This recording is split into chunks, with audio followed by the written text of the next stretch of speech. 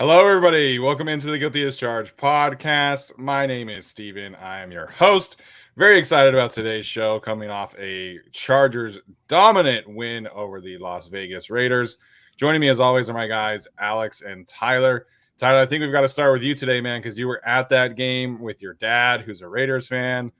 So what was that atmosphere like, and how are you doing today? I'm doing very well. My voice is a little shot because we were causing delay of game penalties, all four of us. So we'll see how the stream holds up. But it was nuts because I got in there before the storm started. So I'm covered, but then you could feel that wind chill. Then a lightning bolt strikes the top of the stadium, and the Oculus, that big circle screen, goes dark. And they were getting notifications, they're saying us, oh, it was going to delay of game. And then, we're going to resume activities at some point. It was wild, but fitting. The whole thing was just fitting. I got to go Chargers' first home game, first primetime game at SoFi against the division rival Raiders for the battle for the number one seed in the AFC. Monday Night Football, lightning is striking all around the stadium. I mean, come on, that was amazing. So, I needed that win. I feel like I'm the guy, and many of our viewers are the same. We got to go and walk through the stadium and hear all that harassment, right? In the parking lot, hear the harassment.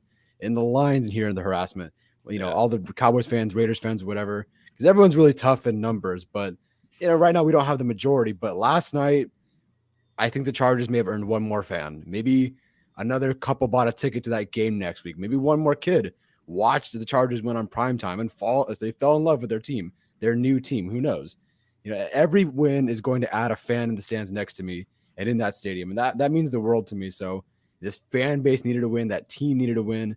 And now we're all atop the AFC today. Yeah, man, it was a great day to be a Chargers fan. It's been a great start to the season, right? Alex is here, big Urban Meyer fan, big pink shirt energy. How are you doing today, man?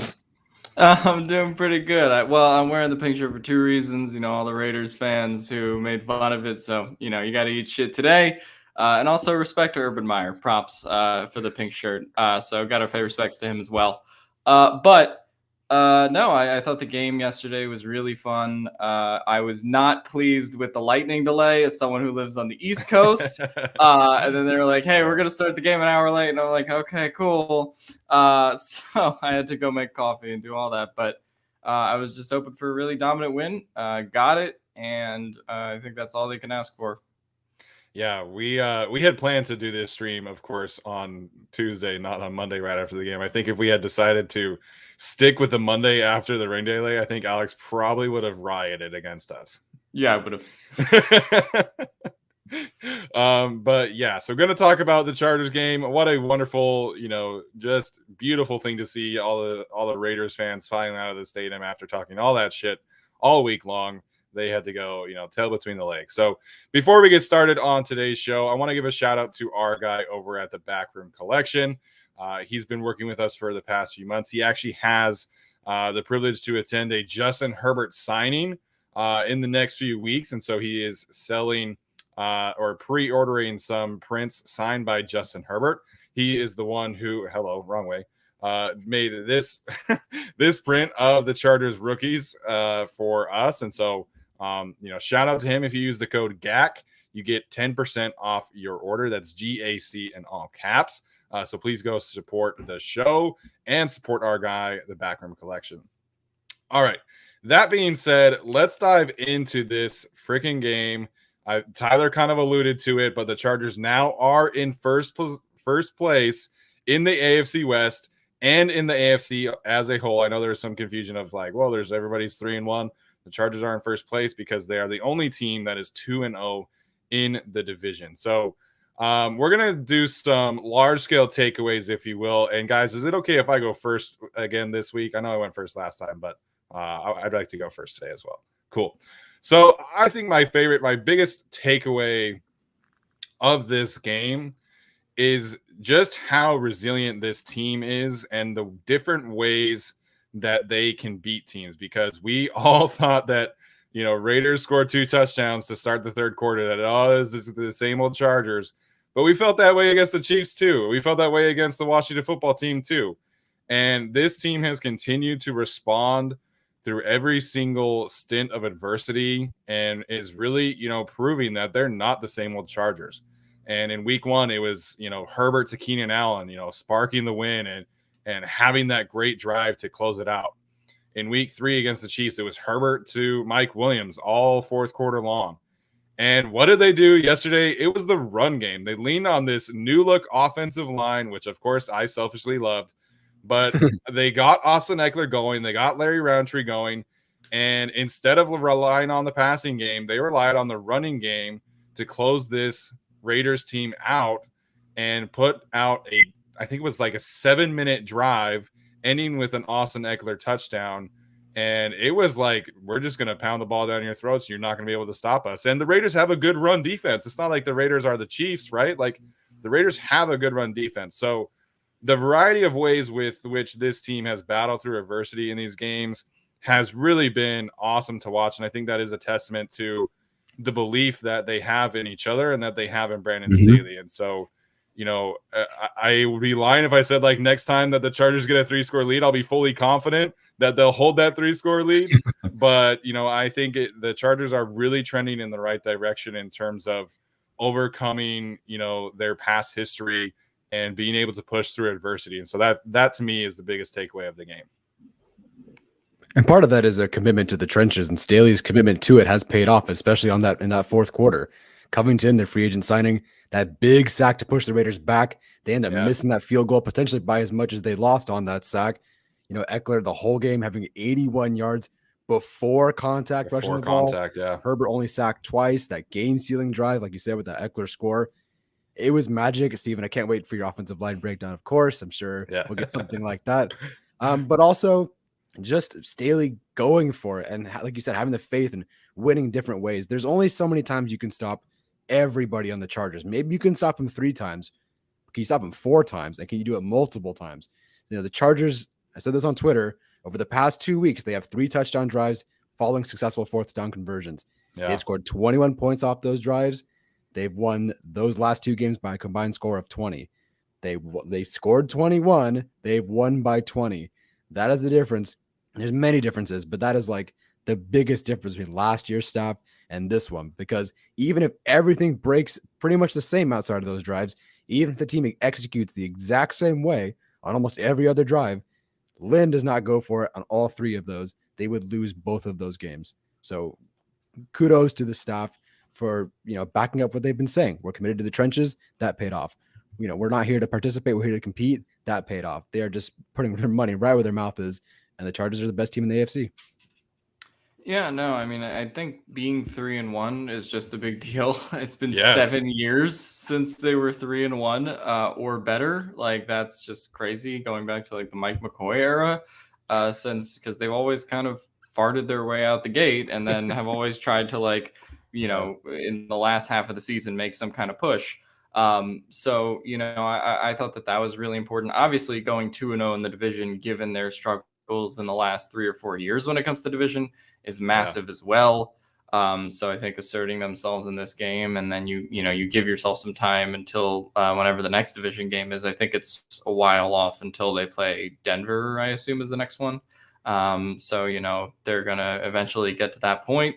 But now they don't have to play any divisional games and just can kind of sit back. But ultimately, I thought it was a pretty dominant effort and could have been even more dominant. Like if Herbert hits that pass to Mike Williams where he juked Damon Arnett out of his cleats, and like the Chargers played kind of far from a perfect game, but still, just found a way to kind of take control of that game whenever they had to, whether it was 21-0 in the first half or when the Raiders pop them back for 2 quick touchdowns, just coming back and, making sure that game was over.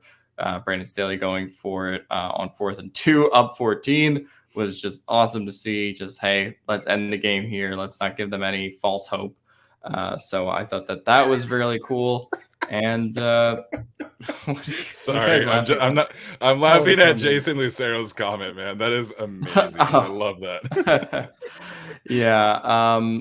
Yeah, no, I mean, a big ball Staley all the way around. Like, that was just a really great effort to see. Obviously, we can always question the going forward on 4th down in hindsight if they don't make it.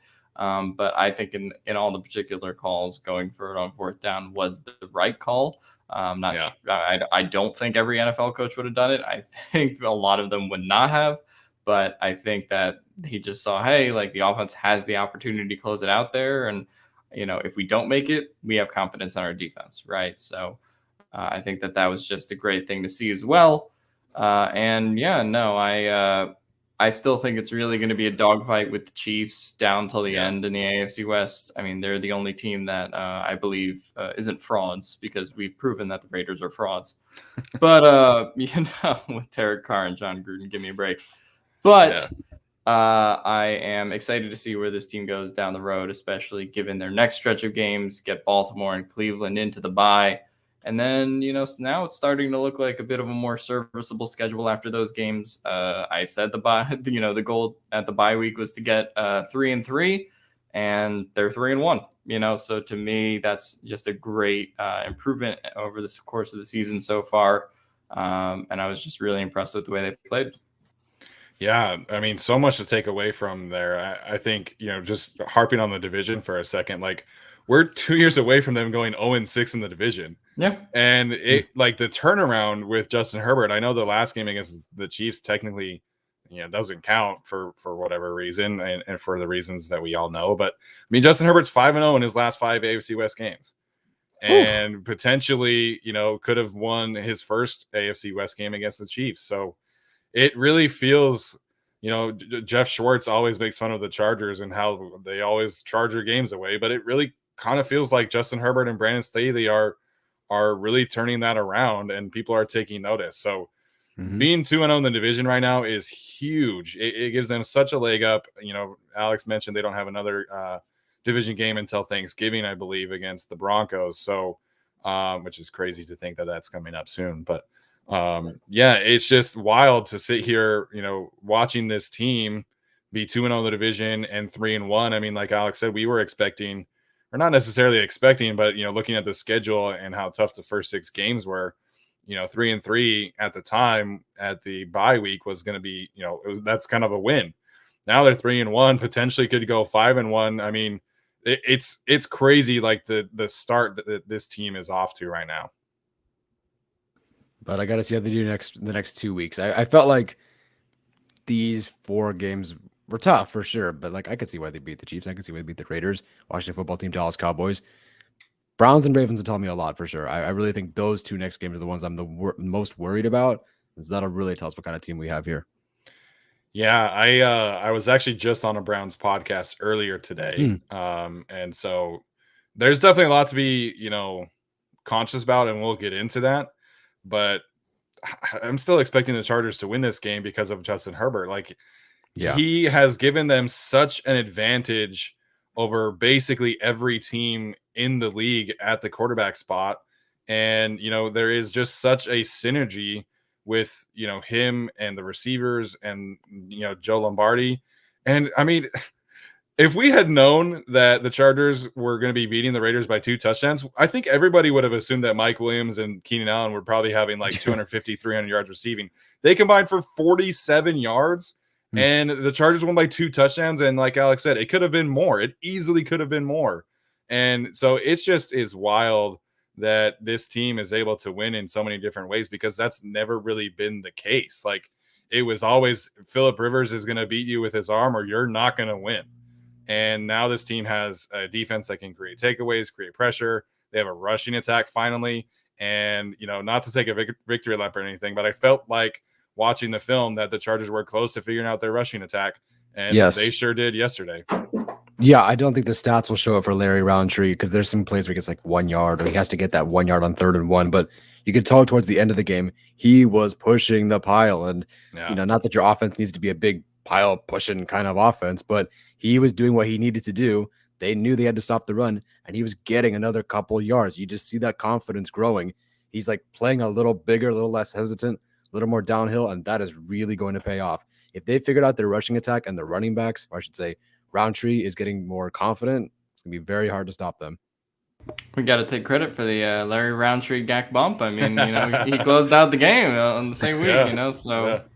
And Steven Anderson too had a nice catch. Donald Parham had a touchdown. It was National Tight Ends Day yesterday, I swear. Like, The amount of love that the tight ends got yesterday was awesome to watch. We've been clamoring for, more Donald Parham, and he gets involved in 2 big plays, scores the touchdown, and Jared Cook was just a mismatch out there for all of the linebackers, including our former guy Denzel Perryman. So the tight ends played awesome, man, for sure. Yeah, and I think we've just been asking, like you said, and clamoring for, hey, just put all the tall guys in the red zone and see what happens. Like we've been asking for that with Donald Parham and Steven Anderson, Mike Williams, Jared Cook. Just throw them all in there and see if you could score. And they scored quite a bit doing that kind of thing. So it was really fun to see that. Yeah, you can't just. It's hard to cover Donald Parham, and you watched, Nasir Adderley, great position on the ball, just couldn't stop Darren Waller because Darren Waller is just taller than he is. He pretty much could have made a better play. It's just the guy's taller, and it was a great throw. Same thing with Parham. The guy's just bigger than you. So until you can stop it, keep doing it, and it worked.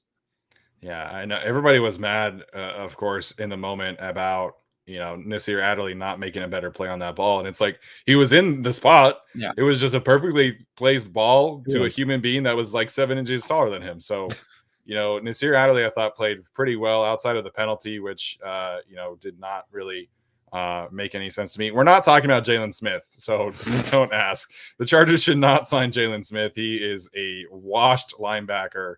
He's the last person that they should be signing. But yeah, I think the offense, like it has had some growing pains for sure. Yes. But it's not really cost them except for the Cowboys game, right? Like they're finding their way in certain areas, but there are a couple of fluky plays from averaging like 32 points a game scoring. So, I know everybody is really upset about Joe Lombardi because he's not doing everything that they want to do. But to me, the offense is really finding its stride. They're figuring out really how diverse their talent is on the team. And it's been really fun to watch the last few weeks. Yeah, I mean, the 2 things that they struggled with the most the first 2 weeks, red zone offense and rushing the football, those have improved quite a bit, especially last night. Yeah, I think the offense definitely improved. I thought it was a little bit shaky maybe prior to them scoring that second touchdown because they sort of had that 7-0 lead for a while. And then they missed the Mike Williams play. They missed a couple other opportunities. But, once they finally cashed in, it just felt like, okay, now they have it moving. It's 21-0, and that was just kind of the game at that point. Obviously, the Raiders kind of got back into it, but I felt that they figured out a lot of their problems on offense in terms of balancing out, like, hey, we're going to hit a screen here, and maybe we'll take a deep shot here. Now, Joe Lombardi, flea flicker? No. Oh, yeah, let's never do that again. Yeah. But, all my criticisms of Joe Lombardi aside, I do think he should have tried to get Mike Williams a little bit more involved in this game, especially given the Raiders' pass coverage deficiencies. Like, it was a ballsy strategy to be like, hey, we're just going to put Austin Eckler and Larry Roundtree there, and we're going to let him bleed out the clock and go from there, right? And basically, take us home. And so, I think that he saw that, hey, look, this Raiders defense is really worn out, and we're going to kind of break them. And so I thought that was a really great strategy by him. And so, I don't know if I would say it was a perfect game for Lombardi, but I thought for this offense in general, it was as good of a game as they needed. Yeah, I'm definitely not, saying that Joe Lombardi is perfect or anything like that. And I do think people on Twitter are being too hard on him because, everybody right now seems to be obsessed with like the lack of 50, 60-yard touchdowns. And I get that. But, Mike Williams was, inches away from getting one. There was one. Keenan Allen dropped another one. And, Daniel Popper pointed out on his stream that the Chargers have 26 explosive passing plays right now, which is 15 yards or more. And that's 3rd in the league. So they are throwing the ball down the field. They're just not getting, the 50, 60-yard touchdowns like they were last year. But to me, that's okay. Like we wanted to see Justin Herbert grow in the areas that he has been and taking more singles, taking more doubles, not always having to rely on the kill shots. And he's been doing that. He's been fantastic. I know yesterday he didn't have, a ton of yards, but, the way that he handled the pressure, the way that he was reading the defense, like if you go back and watch his touchdown to Donald Parham, he really is like toying with Corey Littleton. You know, he's looking left, looking left, looking left, and then he comes back to the middle right at the last second and throws a dart to Donald Parham. So we're seeing Justin Herbert grow a ton, and I think Joe Lombardi is playing a role in that.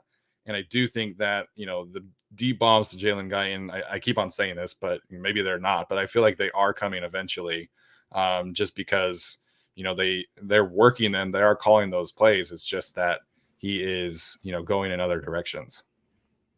Yeah, no, those deep passes will come. I think maybe a little bit more talent in the receiving core where you have another guy who can actually do that would help. I'm not going to talk about the other guy, but you know, Gruden, and you saw last night in that fourth quarter, in the second half, Gruden loves to dial up those play action bombs, those big bombs, and Lombardi being kind of a branch from the tree of John Gruden. I think it'll come together. But right now, you know, they wanted to start with whatever Herbert was comfortable with. Surprisingly, it seems like this intermediate game is he's more comfortable with. It's more sustainable, I guess.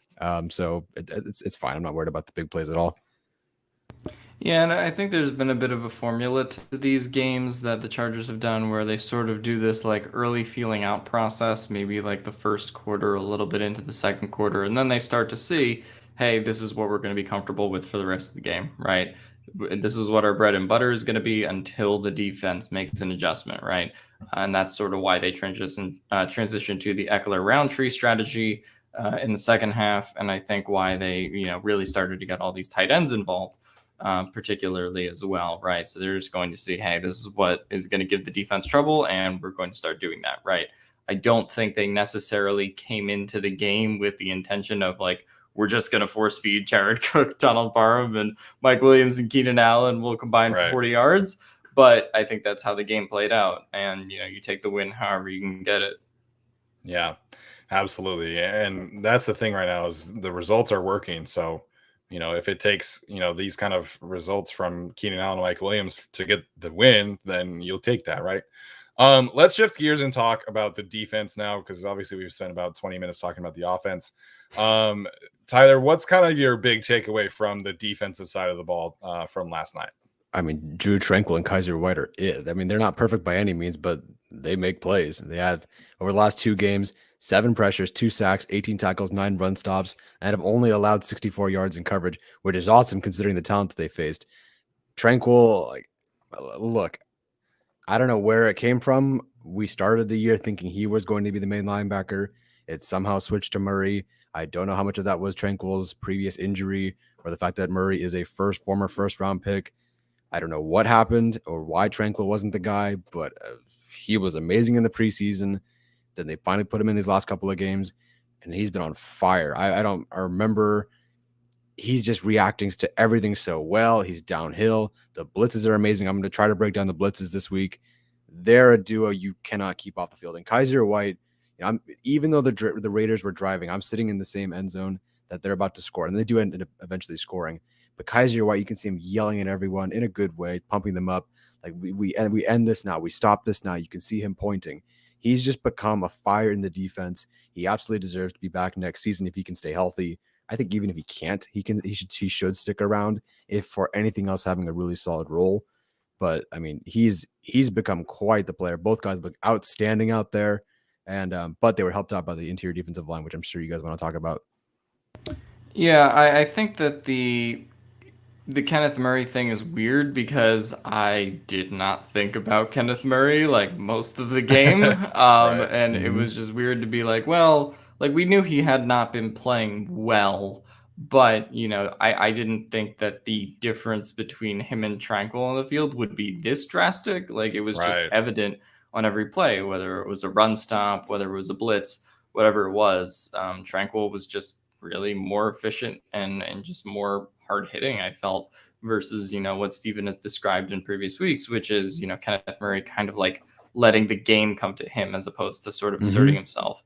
So I really just like, I don't think you can keep Tranquill and White off the field at this point, and the run defense was noticeably better. Obviously you had different guys in the interior line that also sort of stopped Jacobs to some extent. I don't know if this is a performance that really gets you going in terms of what the future might be. Because Josh Jacobs very clearly is not 100%, and Sure, the Raiders' absolutely. interior offensive line is not what it should be. But this is something you can build, I think, in terms of traits and tendencies going forward, especially now since Justin Jones is unfortunately on IR, and they sort of have to make the run defense. It is what it is for the next 3 weeks, right? Kenneth Murray also on IR, so that's sort of what the Chargers are going to have to live with. I thought they did a good job this game. Obviously, Forrest Merrill played pretty well, had a couple run stops that I think he deserves credit for. I noticed Braden Fajoko obviously a couple times. He sort of popped, but it was just an all around good game in terms of what they were doing on the defensive line. Obviously, you talk about the pressure that Joey Bosa and Kyler Fackrell and Jerry Tillery and all those guys were bringing, which was awesome to see. yeah. But I thought that the real X factor of this game, particularly whenever the Raiders got into the red zone too, was okay. What are they going to do about Josh Jacobs? And truthfully, like there was, they clogged him up, and they did it pretty successfully a couple times, even though he was injured. I thought that they showed some good signs. Not saying that's going to carry over into Nick Chubb and, Right. the week after that, you got Lamar Jackson and, all the Ravens, running backs. But I think that this is something you can kind of build off of. No, it definitely is a different challenge this week, but this kind of had the makings of a get right game in terms of the defensive line, and that's what it ended up being. Everybody that went against Alex Leatherwood got pressure on Derek Carr, and everybody that was in the middle, got some tackles for loss. And I do agree with Tyler that Kaiser White and Drew Tranquil were awesome last night. Kaiser White had a couple of tackles for loss. Drew Tranquil, had a couple of pressures. And we didn't get the turnover, but we were close to getting a sack. So it's been really interesting watching the development of the linebacker room, because like if you would have told me before the season, like, oh, the Chargers are going to have the one linebacker that's going to be getting a good amount of tackles for loss, he's going to be blitzing, he's going to be getting pressures, he's going to be getting a sack, I would have been like, okay, that's Kenneth Murray, like there we go. So seeing this version of Drew Tranquil is surprising, because like he was really good as a rookie, but the scheme is just different. It's not a lot of downhill things. And so you just didn't know that Drew Tranquil had this in him. And, the Chargers need it. Absolutely. And I figured that having the decisiveness of Tranquil would help the run defense. And again, this Raiders team was not, what we're used to seeing in terms of running the ball, but they played really well, man. And, Forrest Merrill, I think he only played 5 snaps and he had 2 run stops. 3 snaps. Okay. So there we go. Talk about efficiency. He is this year's version of Donald Parham, apparently. So it's going to be interesting to see how that rotation pans out going forward, because the Justin Jones situation is very strange.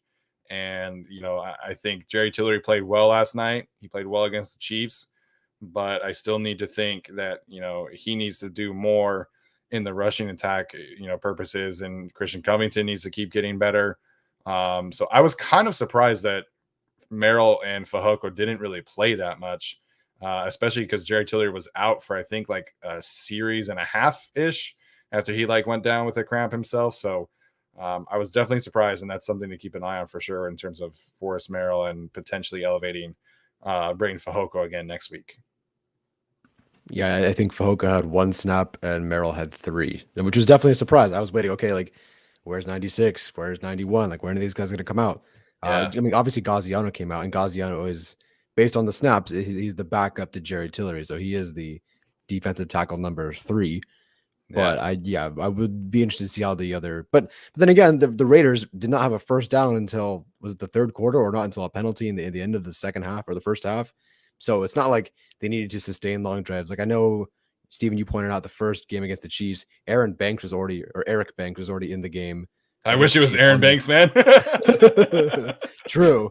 No kidding. But Eric Banks was already in the game on their first drive because the Chiefs were driving. The Raiders just never did it. So the defensive line was always fresh, and they looked really good.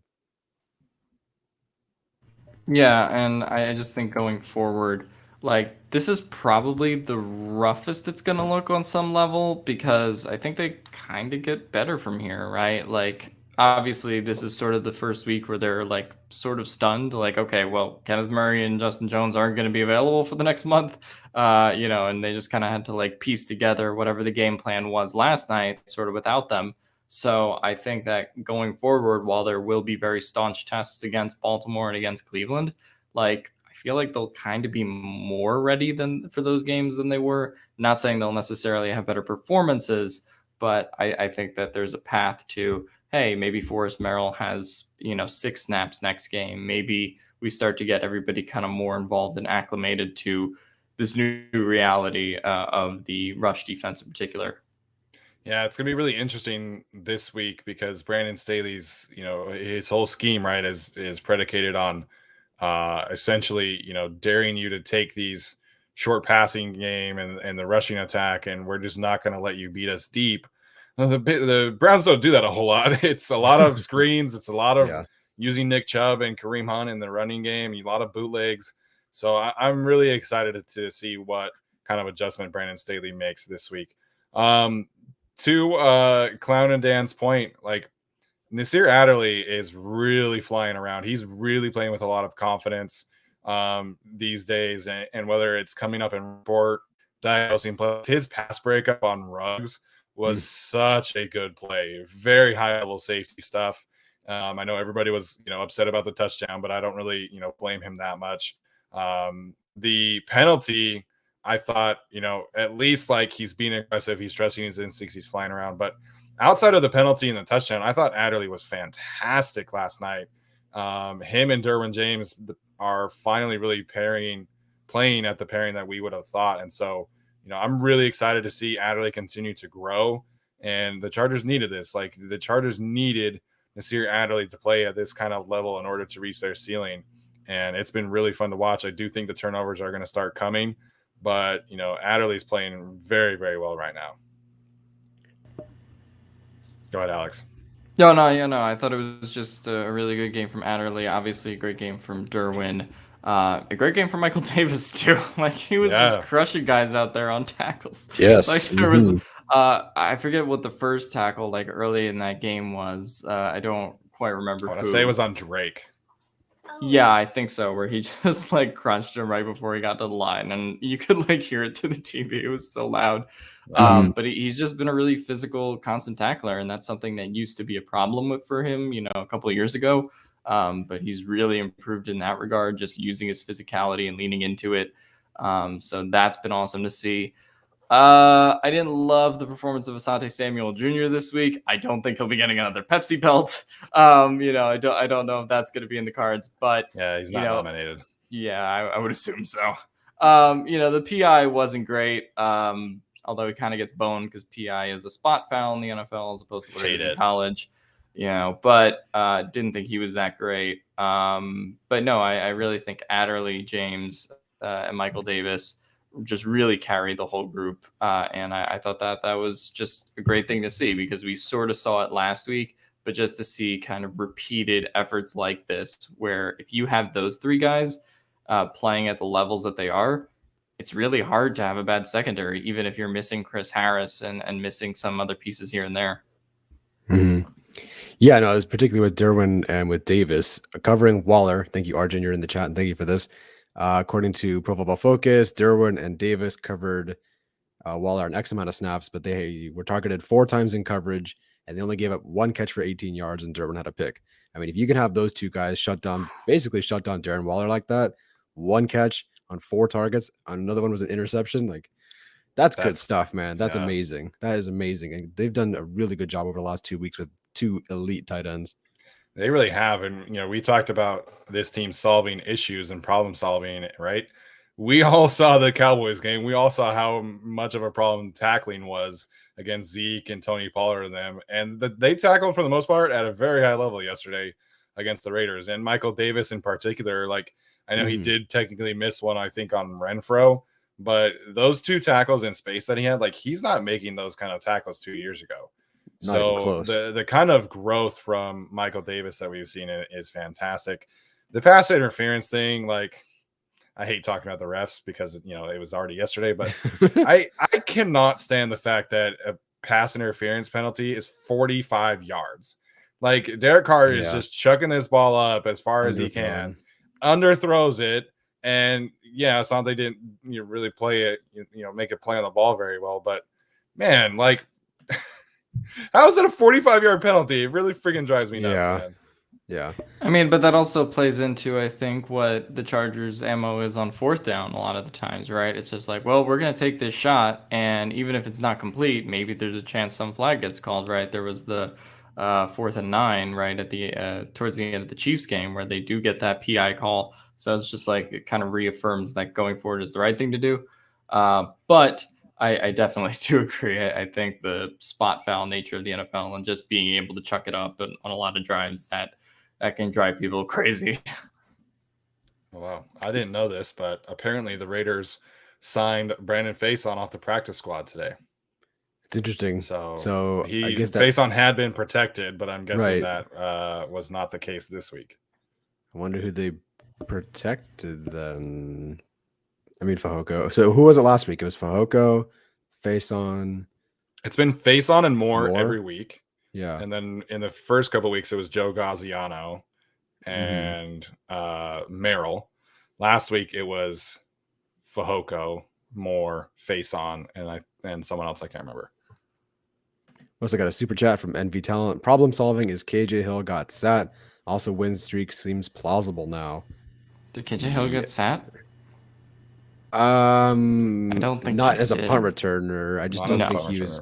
I don't recall him being out there as a receiver. Josh Palmer was out there a good bit, and there were some instances where Palmer was out there instead of Williams, which I thought was interesting. I don't believe he had a target, and I don't think he had a catch either. But it was interesting to see. I thought Williams was hurt at one point because Palmer was out there instead. Yeah, I mean, I guess I think wide receiving is like one of the things KJ Hill does well. It's the punt returning that's really the problem. I mean, he had those 2 clutch catches in the Washington game, to give him credit. But yeah, no, the KJ Hill punt return thing, like special teams is such a mess with their blocking, and they're lucky they didn't really have to take any field goals this game. Otherwise, I think people would have been talking about it more. Obviously, the fake 54-yard field goal was kind of fun to watch. That was fun. That was fun. But yeah, KJ Hill stepping out of bounds again and just looking like the slowest person I've ever seen do anything. That's they gotta pull him off. I can't watch more weeks of this. It's like watching a horror movie from Alfred Hitchcock. Like every time the ball's about to be punted, like it's terrible. Yeah, interesting comparison. Right. KJ caught another one out of bounds. I must have missed that one. Okay, I'll be completely honest. I dogged on him against the Chiefs when he did it. It actually looked intentional this time, or he's either that bad or it looked intentional because he caught it and it looked like he took his right foot and went a whole yard to the right to step out, basically almost like a fair catch practically. So it looked intentional. And I've been harping on how much I don't like Hill there, but I don't know. I don't trust him after last week. Sure, I'm not giving him the benefit of the doubt. But yeah, right. It's I follow Nate Tice on Twitter, and one thing he was saying is that, like, man, the Chargers could use some more speed, and they keep KJ Hill because of his punt return ability, but he's slow, doesn't really provide much on offense. And now he's not really providing much on punt return. So no, I don't know. Like, it's just, it feels like they're kind of waiting for, a catastrophic mistake by him in order to move on, which I hate that approach. Like, at this point, activate Maurice French for a game. He ran like a 4.37 or something at Pitt.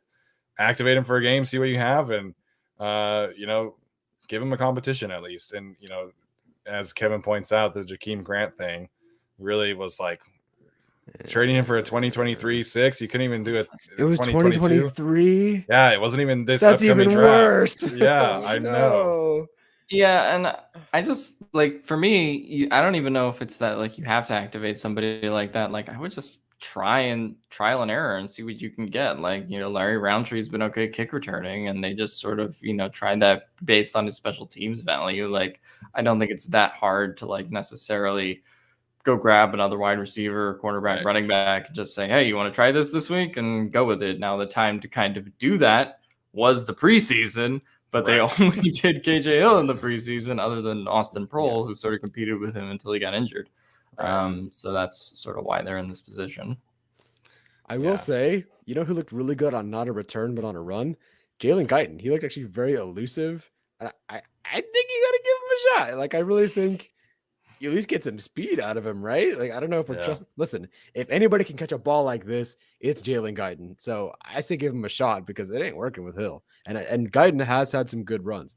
Washington football team game, broke like 4 tackles down the sideline. Yeah. Pretty solid run. He had 2 rushes for 20 yards yesterday. I'd give him a shot because it ain't working right now. No, I think like you're in this weird stage because as Bolt Brett does point out, like they clearly like KJ because they trust his decision making. They trust that he's going to be reliable back there and catch the ball. But it's like I would like to have something. So like, do you prefer to take a punt returner who can give you more of a spark, but potentially muff a kick here and there, or the guy who's just potentially not going to drop any and give you essentially nothing? It's a weird spot to be in. And even though KJ might not muff a punt, like, you go back to when he called the punt at the 2, like, maybe that's not muffing the punt, but that's, a net difference of 23 yards, right? Yeah. Like if they just give him the touchback. So, there is definitely, even though he's not going to muff punts and he has good hands, like there's definitely, just like a intelligence quotient in terms of like when you're going to return stuff. Yeah. Mm-hmm. Yeah, and I think there are people asking about Larry Roundtree as a punt returner. I think as a kick returner, he's fine, right? Because he has that time to build up his speed. Yes, he's not a short area quickness kind of person, and that's what you need as a punt returner. You've got to be able to make someone miss in an instant, and that's just really not his game. So I don't know. It's going to be interesting. Obviously, I'm not rooting for a catastrophic muffed punt. But like I need to see a change back there at some point for some reason. Yeah, it's not gonna happen. Of course, it's not gonna happen. It's not gonna happen.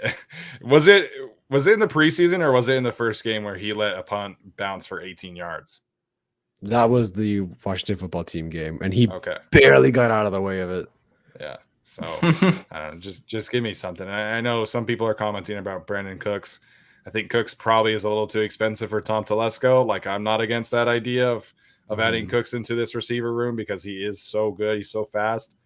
But I think he probably would cost a little bit too much for Telesco's liking. But it'd be fun. It would be super fun. I kind of think the Texans want to see Tyrod Taylor for the games that he has left when he comes back with Brandon Cooks. Because, I think he still leads the league in QBR. Even though it's been a game and a half, but I think he leads the league in QBR. Dude, he's like second in the league in yards per attempt right now. Of course. As we all thought. All right, guys. Any other thoughts here? Just general stuff before we get on to some studs and duds. I'm okay. Yeah, let's do it. All right. So after we do studs and duds, we'll get to some questions. Again, we'll shout out some stuff as we are watching here, but let's get to these studs and duds. Alex, let's start with you. Who is your stud of the evening? I thought about it. Yeah, no, I think the stud definitely has to be Austin Eckler. I'm going to go with him. I think we hadn't really seen like an explosive game from him yet.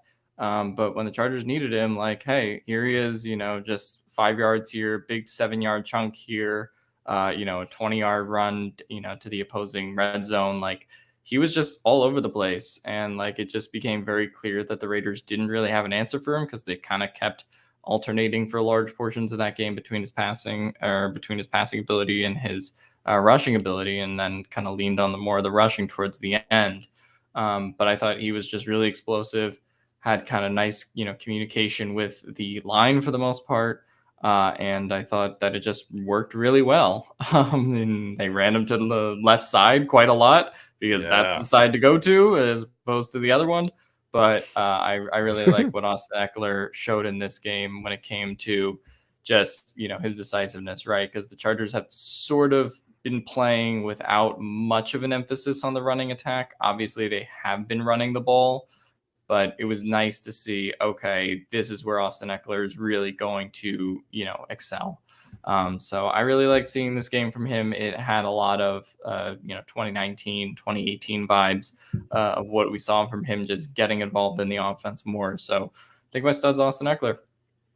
I think that's the right choice. Of course, got the game ball from Coach Staley afterwards. Yes. It's been 45 minutes or so, and we've barely talked about Joey Bosa today. Let's do it, man. Is crazy. Yeah. So I think he's not getting the sacks at the same level of Myles Garrett right now, which nobody really is, which we'll definitely cover throughout the rest of this week. But Joey Bosa, man, creating the amount of pressures that he is just, it's so much fun to watch on a weekly basis. And shout out to that one Chargers fan after week 2 that tried to tell me that Joey Bosa doesn't dominate enough, that he's not good enough. I will never forget that. I think Bosa is playing at such a high level right now. And, he really should have had 2 sacks because the missed holding call that he got fired up about, he was going to get Carr, and he still almost got Carr after Leatherwood essentially clotheslined him. And, he caused when Derek Carr, went into the feeble position like a little baby, that was all Joey Bosa. Yeah. Joey Bosa created that pressure, and then Christian Covington got to clean it up. So Joey Bosa is playing at such a high level right now. And if obviously there are not many, casual fans watching this podcast, but as a casual fan, getting to see Bosa and Myles Garrett on the same field at the same time is going to be a lot of fun to watch this week. To me, those are the best 2 edge rushers in the sport. And just so happy that Joey Bosa is on our team because he is so good right now. Yeah, Joey Bosa. I mean, for him to call out the refs, it was awesome. Pitch, he was just in his bag. He was not having it yesterday. The guy went from not practicing at all and hurting his leg to 17 pressures and 2 sacks the last 2 weeks. I don't know what happened. It's like he broke his leg and it went back into place somehow and made him better. But I love this version of Joey Bosa. Very reminiscent of the we'll talk about Arden's quote, I think right here. You want to talk about that, Steven? That's awesome. Yeah, this is, Uchenna and Wosu getting the double teams more often than Bosa. That's crazy high level coaching by Staley and Jay Rogers. And, they're doing it in a variety of ways, which, I'm excited to see Tyler's breakdown on the blitzes and stuff like that. But, they're putting Bosa up more against the guards this year. They're putting him more in a wide 9 technique. And, that sack that he did have, the forced fumble, he goes from a wide 9 to hitting Derek Carr in the span of 2 seconds. His get off is crazy. And, putting Tranquil right there, who's, like I said earlier, surprisingly, very good pass rusher at this point, next to Bosa. Last game we saw Nwosu and Bosa right next to each other a couple of times. I don't know if we saw that much in this game. But, we all needed to see Bosa get more one-on-ones, and Brandon Staley is doing that right now. That's an amazing stat. I can't believe it. That's good for him, man. That's great. And the integration of Drew Tranquil as a blitzer as well to free up those one-on-ones, it's been perfect. And also the plays that won't count are the fact that I think Bosa caused 2 false starts by Alex Leatherwood. I don't know if he was lined up across him at that time, but Leatherwood gave up that bad sack, and he was just shaking in his boots the rest of this game. So those don't show up on the stat sheet. Jesus. Stat sheet. Stat sheet. Is the stat sheet what we called Trey Pipkin's preseason blocking numbers? Or? Yeah, something like that. Jeez, the guys, Trey Pipkins. I mean, I don't know if I'm not going to, I'll do my stud, and then sure, I'll get into Pipkins as my dud. My stud, then I got to go with Ode Abuji. I'm going to give some love to the trenches. I haven't watched the tape, but I have to give some love to the fact that he had 0 pressures allowed. And even with the rough training camp, I never bought into him being as bad as people were making him out to be, because I saw it in a real game against Washington football team last year. He allowed 0 pressures last night. If he can stay healthy, the Chargers will have 4 of their 5 line spots figured out next year, which is crazy because heading into this free agent period, they only had 1 of those 5 figured out. So they thought, of course, Balaga has not been consistent at all. But I mean, for them to just basically have 4 spots figured out with really solid talent and only need to just, get right tackle. And then now you can draft other players to build in the depth of the offensive line. Yeah. He's been great for them. Through 4 weeks last season, the right guards gave up 13 pressures last year. This year, Ibushi's only allowed 5. It's been really, really solid so far. Night and day difference, at least in pass protection. So got to give it up to him. Yeah, it really has been. And the 4, again, the right tackle spot is a different story, but the 4 are playing at such a it's such a high level right now. Mm-hmm. And I went just by comparison, and last year of the starters, the players who like started multiple games, Brian Bulaga had the highest PFF grade at like 61 for the season. And this year, all 4 of the other ones, they're all, above that mark at least. So they're all playing at a high level. I think Ibushi is at like the 26th guard overall, which is fantastic. God, thank you. Hi, Mom. Yeah, let's go. Mama shoot. Hello, Mom. But you've like PFF is really, again, it's PFF grades. And I think, you take them with a grain of salt. Obviously, you're looking for some correlation, right? And the film is matching it. And so you have Rashawn Slater is the 6th highest overall tackle. You have Matt Filer, who is the 5th highest overall guard, and Corey Linsley is the 6th highest overall center. So they're playing at a really high level, and I'm glad that other people besides me are starting to take notice of this. Yeah, PFF grades are the best. All right, Arjun, thank you. Did you see Duke Manyweather's play of Rashawn Slater basically getting beaten by Ngakwe, but then recovering and then driving? Like the flex, that was amazing. What a great play. I mean, I could have chosen Slater as the stud today. Sure. There was a couple miscommunications between he and Filer, which I think is correctable. But he only got beaten once by Yannick Ngakoue. And after all these fucking Raiders fans were in my mentions about Rashawn Slater not being capable of taking on Yannick Ngakoue or Max Crosby, and that's a big suck it from Rashawn Slater. Yeah. No, the 4. Sorry, go for it. I just wanted to say, this is a quick aside, because I pretty much showed my mom that like Larry Roundtree video we did, and it's like one of the first videos she's watched. So Tyler's family is really integrated with how to use super chats and all that. And my mom was like, "How do I like the video? How do I like? Am I supposed to support you in this venture?" So I think my mom's a little lukewarm on everything, but I'm happy that the Shooten family is here to support us. Yes, my mom has a 10-minute break in between clients, so she's using that right now to watch a stream, send in a super chat. That she's going to go back to saving the world and being an awesome marriage and family therapist. There we go. I think that saving the world is much more important than this podcast. We'll take the support. No, but I thought, going back to Joey Bosa, that he was great in this game. And they've really done a good job, I think, of not just scheming one-on-ones, but like kind of mixing up like who's coming with him on certain plays, right? Like we've seen plays where it's like, hey, Derwin James is going to rush. We've seen plays where it's, somebody like Christian Covington's going to be the guy that has a chance to get the sack here, or, Jerry Tillery, right? So it's not necessarily like consistent every play, or like we've seen in the last 2 games, Drew Tranquil just coming out of nowhere and just being this, wrecking ball. So I think they now, with Bosa, have guys that they can kind of mix in there and get those remaining pressures. Bosa's going to get, say, 5-10 a game, around there. I think they have guys that are now capable of getting, say, the other 10 pressures.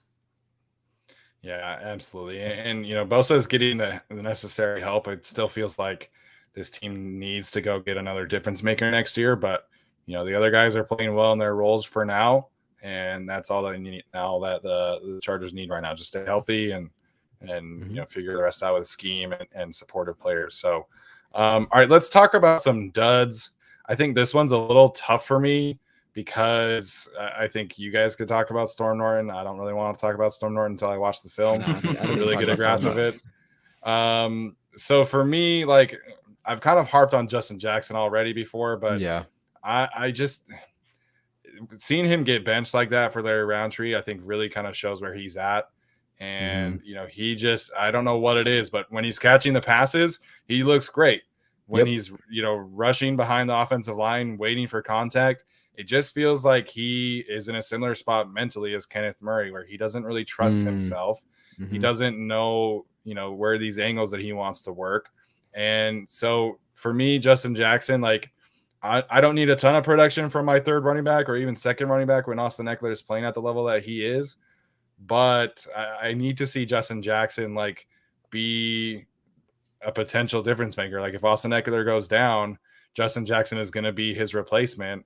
And we just haven't really seen much of anything from Justin Jackson this year. And it did not look pretty yesterday.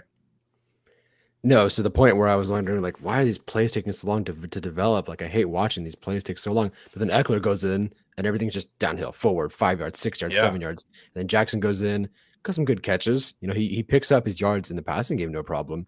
But in the run game, sometimes he has good moments. He can break some things, but it's just like, where am I going? Boom, tackled. Like, there's only so long the offensive line can hold up. There's only so long Storm Norton can hold up. It just wasn't great. Obviously, there was that one play where Herbert should have kept it. That set up Jackson to, get demolished in the backfield because Herbert should have kept it and gone to the outside. But, it is what it is. But yeah, that's a tough one. Find him a different way to get him involved. If Roundtree is now your runner as he should be, get him involved. Put him in the slot, put him out wide, get him in the screen game, whatever. Like, Justin Jackson has value as a pass catcher, but right now in the run game, it does not look good. My dud, I'm going to go with Trey Pipkins because he's not even the 4th-string right tackle, and he's been demoted from the extra tackle they added in substitution. It is now Michael Schofield is the substituting tackle, whatever you call it. I actually have no idea why he's on the team still at this point. If you're not the 4th-string right tackle, you're not even the substitution tackle, what are you doing on the roster? Like, I just don't, unless he is like the backup left tackle. I mean, he is. That's it. He's the backup left tackle. And even then, I don't know if he really is. It's like, what are you doing on the roster, man? You're kind of useless at this point. I am glad they benched him because he had that false start that almost cost them the game a week ago. But like, geez, dude, like, what a dud. Not good. Not good. And Schofield played 10 snaps. Like, they have a role there for that 6 offensive linemen. And it's not Trey Pipkins. And it really pisses me off because Brendan Hymas is a healthy scratch now, because Trey Pipkins has to be the left tackle. That one's an annoying situation for sure. All right, Alex, who is your dud for the day? I was going to say, remember when Telesco had the whole press conference where he was bullish on Pipkins? Yeah, left tackle feet. Left tackle feet. Bullish in that he's like, Ole, get out of here. Like, bullish in that he was like bullshit, but maybe that's what he said. I'm going to go with another offensive lineman that's not Storm Norton. I'm going to go with Matt Filer for my dud of the game. Did give up 2 sacks in this one, in addition to 5 pressures and 3 hits on Justin Herbert, particularly one Darius Phylon sack. Welcome back to playing the Chargers. So, that wasn't great. A lot of his stuff came with miscommunications with Slater, which isn't entirely on him. But this actually, I believe, was one of his lower graded pass games. It was the lowest, yeah. Yeah, I think it's the lowest graded pass game for him. So, not great. I thought it could have been a lot better. It's not something that I see being an issue going forward. But just for context, the first 3 games, he had allowed 5 pressures in 3 games. He allows 5 pressures last night, and then he allowed 1 sack. Obviously in the first 3 games and 2 last night. So it's not, a big deal going forward, but I do think Matt Filer is someone we need to see a little bit more out of, especially next week against, really the next 2 weeks in the defensive lines they're playing. Yeah, so there were the 3 times that there was a free rusher on Justin Herbert, and all 3 ended up in hits, which is very unfortunate. But to me, it's nitpicking, but Yannick Ngakwe's free hit on Justin Herbert to me probably is Rashawn Slater's fault. So I think you could swap, 1 pressure from Filer and add it to Slater if you wanted to. But again, that's really kind of nitpicking and kind of based on whoever's watching. But the Darius Phylon one, it was really, really weird because it looked like Corey Linsley was sliding left, and it looked like Matt Filer was sliding right. So they kind of ran into each other, and then Phylon just had a free shot. So there was definitely a miscommunication there. It looked like Filer was expecting Slater to be there to take on Phylon. Filer and Phylon, really annoying right there. Nice. But so there was definitely some miscommunications there. The one that Carl Nassib had off the right side, everybody was kind of blaming Storm Norton, and that probably is reflected in the grades. But to me, that one was on Justin Herbert because they were showing 6 rushers and they only had 5 in protection. It was an empty set. And so Herbert's got to be able to get rid of the ball quicker on that one. So if it were me, like looking at that, I probably would have had Slater for one, Filer for the other, and then Herbert for the other ones. But again, that's kind of dependent on who is watching. Yeah. Yeah, interesting. I want to give one more dud. It's not that Keenan Allen is a dud, but it's some combination of his drops and then partially his usage. I'll have to watch it, but in the last 2 weeks, he has 15 catches for 86 yards. Ugh. And like, you're doing something wrong if that's his stat line. I'm sure he can do better than that. Now, granted, there's drops, so the yards would be better. But then what does he have? Like 17 catches for 104 yards? Like, it's not a whole lot better. I just am seeing a lot of, the best they can draw up for him on 3rd down and 6 is like a 3-yard check down. Like Justin Jackson's kind of a check down, but Keenan Allen's your number 1 wide receiver. And, he's only dropped 2 passes according to Pro Football Focus the last 2 weeks. So, like, what are we doing here? 15 catches for 86 yards isn't good. I don't know why. I don't know what the problem is, other than just I'm just at these games watching them. But if I had to go, I want to go back and look and see what's going on because that's horrible. And he has to be better than that. Team has to be better than that. I'm not really sure what's going on. A lot of crucial, 1st down catches. Don't get me wrong. I think he has like 8 first down catches or whatever. But 86 yards on 15 catches isn't good. That's what Jalen Waddle's for. The guy had like 10 points on my fantasy bench yesterday, but he had like 30 yards. I'm like, come on. But it is interesting. Like Keenan tied for 2nd in the league with 4 drops. And so they have him as 2 drops over the last 2 weeks. They didn't have him with 2 from yesterday. I believe it was 2 the last 2 weeks. Okay. So to me, because he had the 3rd down drop, which led to the Jared Cook 4th down conversion. And then the deep over route was, to me, another drop. So to me, like if I'm charting that, that's probably 2 drops. But, again, that could be nitpicking. But it's been interesting because we're seeing little glimpses here and there of the deep over routes, of the deep shots. But the last couple of weeks has been a lot of like hooks and slants and stop routes. And so, I don't know, like maybe that's part of the game plan specific for the opponents. But, I do think that we need to see him getting back to like the first couple of weeks where we really saw him, provide some explosive plays. Yeah, so he had 2 drops last night, but 0 the week prior. So 2 last week, but 2 last night. Okay, that makes sense. I think I'm just going to give out another dud right here. It's to John Gruden for making $100 million and blaming the lightning delay for why they lost. So that's a big fat dud for you. I also do got to say, I forgot to say this when we were talking about the Joey Bosa, Derek Carr stuff. I thought it was very funny how Joey Bosa was like, no disrespect, I'm just stating the facts in regards to Carr, cradling up into a ball, because I feel like that was intentionally getting back at Carr for saying, no disrespect, I'm just stating the facts in relation to fan attendance. So got to show some love to Joey there. He unleashed his inner me. He was really on one last night. I love it. I've also got to say, like, we haven't talked about it much, but ESPN can suck a big one because that pregame show, man, was so annoying. I was like, I didn't get home from work until about 4:15. So I was watching like the final 45 minutes of the actual, pregame show. And like when they were just talking about the game, like they talked about other things, right? Like they did Moss stuff and come on, man. But when they were talking about the actual game, it was like all Derek Carr and all Max Crosby. And then they threw in like a Justin Herbert rookie thing. And then the delay happens and they come back from the delay and it's all Derek Carr. I'm kidding. I'm not kidding. It was all Derek Carr for an hour and 15 minutes. And they're talking about the Chargers and Raiders game. And like, if you want to talk about the Raiders, like that's fine. Like whatever. It's weird that you're not covering the home team, but I was just like really annoyed at the way that ESPN was covering that game.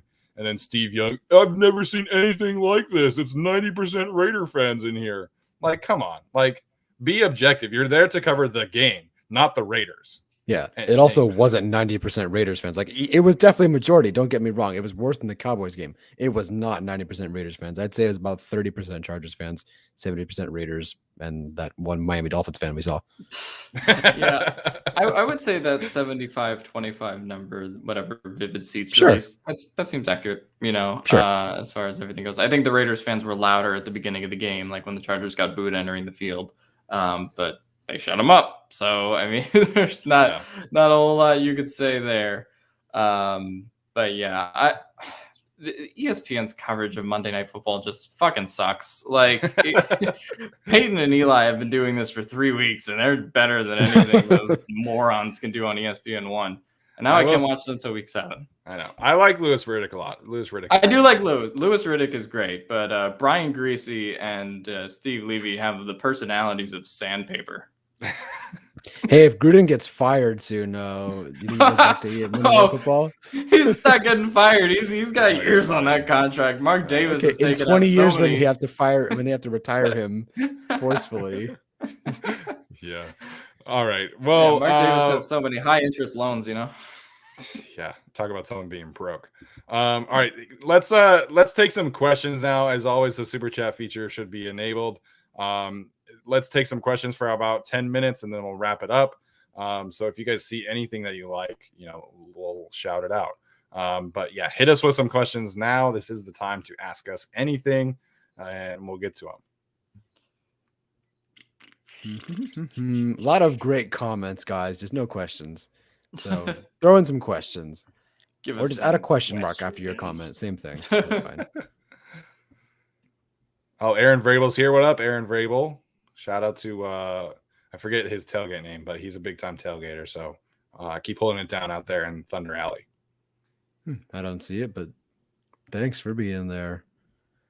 Is anybody changing their mind? Are they going to the game next week? I know Steven will be there. I'll be there. Yes. A lot of people in the comments will be there, but it's gonna be fun. It's gonna be a good one. And I'm assuming Browns fans aren't traveling all that well these days. So hopefully we'll get a majority for once. There will be some. They had a good presence in Kansas City, so I'm hoping that this is a 70-30 the other way for Chargers fans. So again, like I said, to me, this is one of the games that I had circled, for this season. I think this is going to be a really fun matchup. There's so many, fun storylines. Of course, it sucks that Jarvis Landry is not in this game because I think this really could have, some fireworks in it. But to me, if you're on the fence of going to this game, I recommend you get off and get your butt into the stands because it's going to be a great game. Okay, how about this? How is your record now versus your predicted record prior to the season? I mean, technically, a lot of us thought that the first 4, as we did these games, we predicted 4 wins or 1 loss to the Chiefs. So I think 3-1 is kind of what we expected. To me, 3-1 sounds okay. I think I thought they'd beat the Chiefs, or excuse me, the Washington football team. The Cowboys were beatable. Apparently, they're the legit team. They're the team I kind of took the least seriously, especially their defense. But I thought the Chargers would be 11-6 right before the season, and they're headed that way so far. So, but then again, it's the next 2 games for me. According to Skip Bayless, the Cowboys are the best team in the league. So there's that. I really think, much like Chiefs fans are feeling about the Chargers game, I think the Chargers win that game 9 out of 10 times. It was an awful set of circumstances. Yeah, it really was weird. I thought that the Chargers would probably be 2-2 right now. Just playing at Arrowhead would not have expected a win. So I think we could maybe see add another game. So if you want to go from 11-6 to 12-5, that's probably where I'm at. I still think that this team has some really tough games ahead. They're not going to go 6-0 in the division. They'll lose one of those ones at least, maybe 2. So yeah, for me, I think I probably would up it from 11-6 to 12-5 right now. Yeah, I think you can talk about going maybe 1 game up. I think particularly the stretch that I'm actually looking at right now is really the stretch after the bye that I think they can start to really make some movement, because we sort of circled that Patriots, Eagles, Vikings stretch that they have in there. And then the Steelers are really going by the wayside. Big Ben looks terrible. Their whole offense looks terrible. So if you're looking for a 4-game win streak, I don't think that's a terrible suggestion. Not saying they're going to necessarily win all those games, but that's a stretch that I could realistically see them going 3-1, maybe 4-0 in, that I didn't quite think that way about before the season. So I think you gift them 1 more win and say 10-7 to 11-6 or 11-6 to 12-5 based on their performance so far. Yeah, and that's another one. with the way the Steelers are playing right now, like we need to show out for that game, like 100%, especially if it's still on Sunday Night Football. I did look online. That is the first week technically that the NFL can flex a game. They're not going to flex the Steelers though. I feel like Steelers ownership would kill them for that. So. True. But just wanted to mention that. Interesting question here from Omar Reyes. Do you guys think the Chargers are close to reaching their ceiling? I'll take this one first. I think, honestly, no. Like, we're seeing them really kind of iron some things out right now. You know, like we talked about Mike Williams and Keenan Allen. You know, there were just some timing issues with those two in particular last night. We saw some timing issues with Jared Cook, you know, previously. You know, Storm Norton is, you know, up and down. The defensive line has been kind of up and down. So there are definitely some things that this team can improve upon, but that's the great thing, right? They're 3-1. So, you know, they're ironing out these issues and they're still able to win games. And that's really what the season is about. I think so often as fans, we're looking for every single game for this team to play at their potential. And that's just not really the case. Like, the season is progressive. These teams get better. These players get better. They get more confidence, as we're seeing with Nasir Adderley, Justin Herbert, all these guys. So I think, no, like, I think they have a ways to go in terms of reaching their ceiling. But that's the really exciting thing, is that they're 3-1 and they're not hitting their ceiling right now. Yeah, I mean, I think it's just about getting everything right. Like, they played far from perfect football. I mean, as far as these first 4 games are concerned, they played really good football. But, you know, like, it took till this week to not have like an illegal shift penalty, right? Yeah. Like, you know, so we got out of the way of that one. But, you know, I think there's a lot of things that can still be improved. Special teams particularly is one of them. Like, if you have a punt returner or just like something that you can do in the margins, blocking better for Ty Long, please, you're going to get that man killed.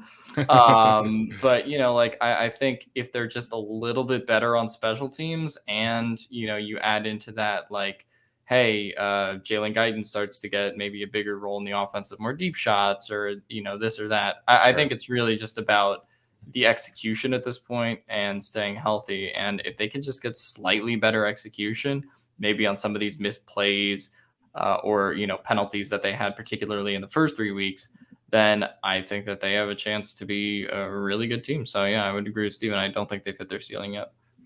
Yeah, not at all. I mean, we've talked about the last 3 weeks, maybe even 4 weeks. Like, oh, if they had these plays, these drops, this penalty, Herbert makes that throw to Williams, you know, the Chargers could be winning, you know, they'd be scoring 42. They haven't.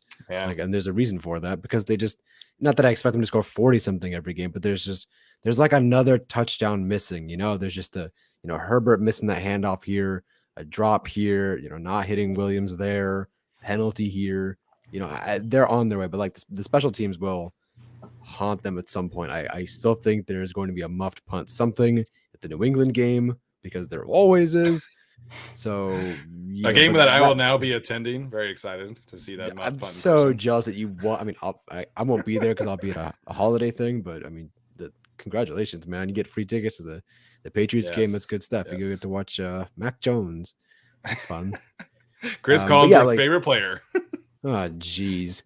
Actually, this is kind of related to it. This one, you know, Josh Palmer, I'd love to see him get more involved. And that's part of the ceiling they haven't reached either. Is like, they haven't really gotten Guyton involved much yet. And maybe that's partially his fault too.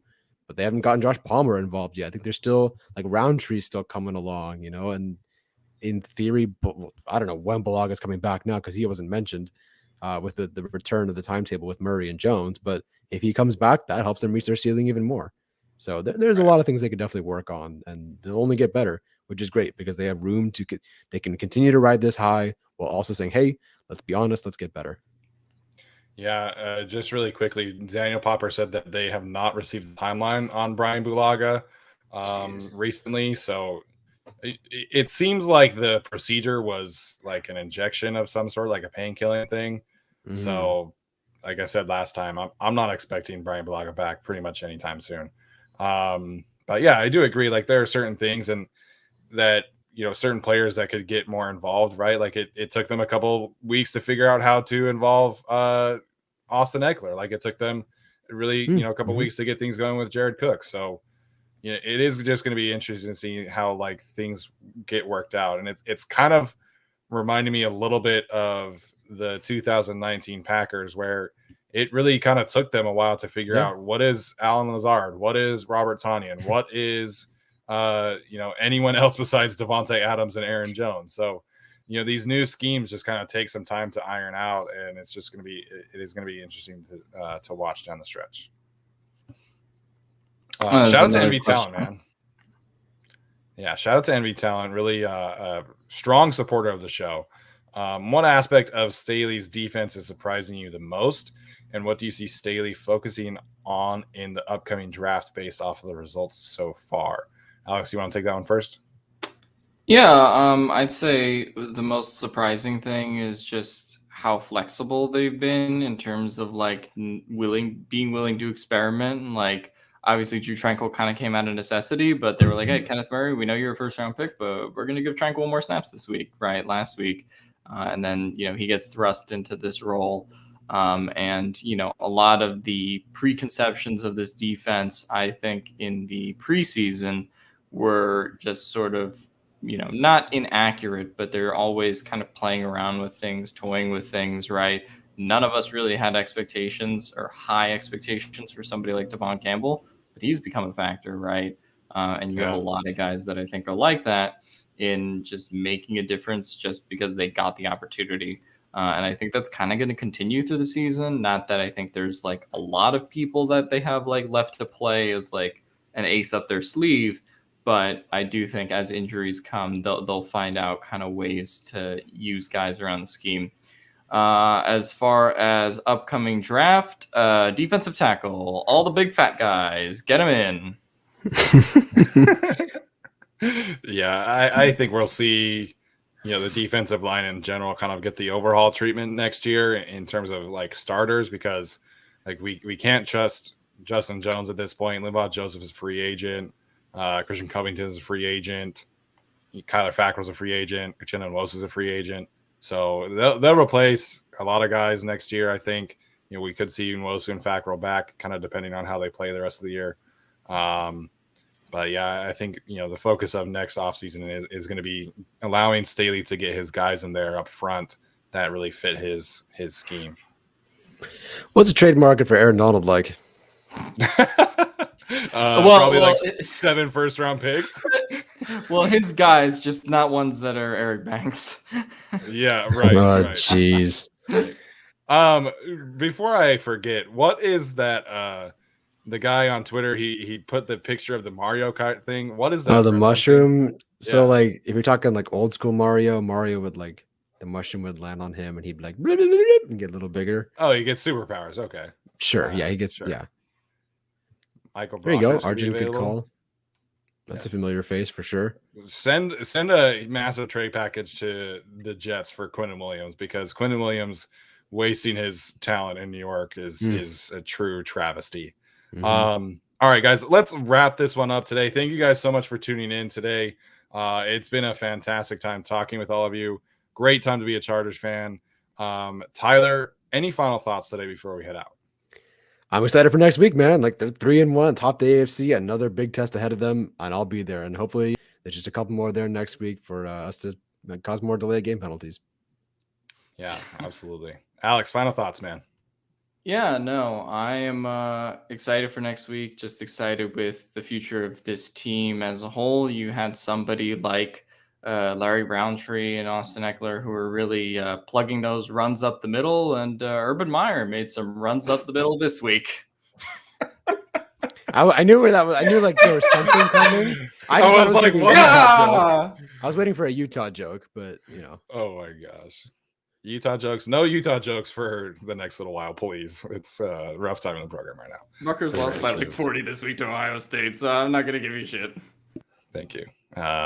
Yeah, different reasons, off the field reasons. But yeah, I'm really excited about this Chargers team, man.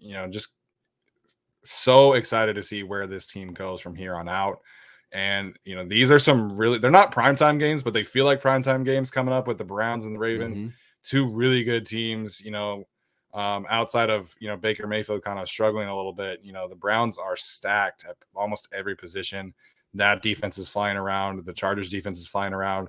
So it's going to be a fun couple of weeks. Very challenging for sure. Big tests, but definitely some games that the Chargers can win for sure. As always, leave us a rating or review on Apple Podcasts or Spotify. Like the channel, turn those notifications on, and make sure and support our sponsors, TickPick, Quest Designs, the Backroom Collection, and Chicky Wings and Sports. Almost forgot them for a second there. So please go check them out. Check us out on Twitter. And we'll see you guys next time.